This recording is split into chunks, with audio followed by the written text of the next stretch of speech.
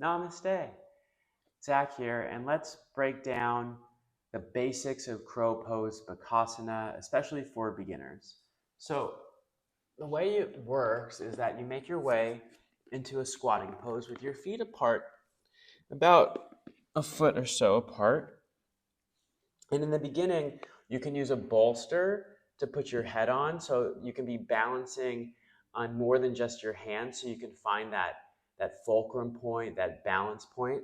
So bring your hands in front of you, spread your fingers wide, bend your elbows, and get your knees towards your armpit so you're creating a shelf with the back of your arm. And then maybe just lift one leg, and then you can lift the other leg.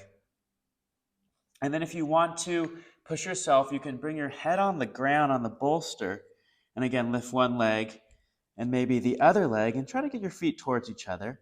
And then if you want to take it to the next level and you feel ready, you can lift your head up.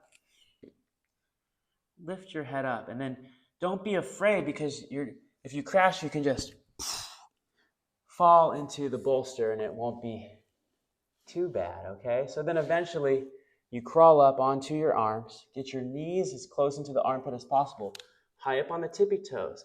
Inhale, pull up the pelvic floor, feet together. And you can find that balance point and work the arms, rounding the shoulder out, and breathing slow and smooth. So that's the basics of crow pose, Bakasana.